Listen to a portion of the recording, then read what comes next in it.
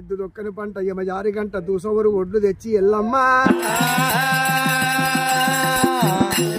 రోలు చేసింది మోసై రోకలు చేసింది కంటి రెప్పతోని జరిగింది ఎల్లమ్మా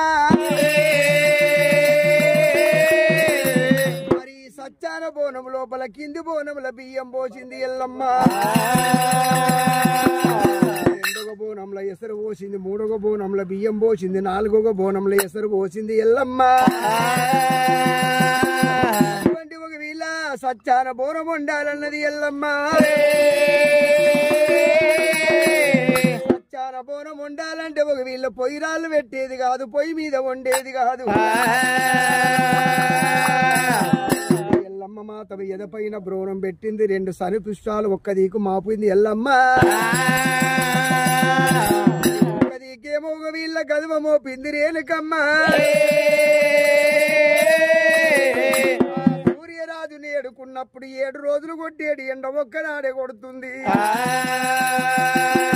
మరి ఒకవేళ మీది బోనానికి ఎండ కొడుతుంటే కింది బోనంలో అటువంటి బియ్యం ఉడుకుతున్నాయి సచ్చాన బోనం వండింది ఎల్లమ్మ బోనమైతే వండిన గని బోనానికి బొట్టు పసుపు లేకపాయే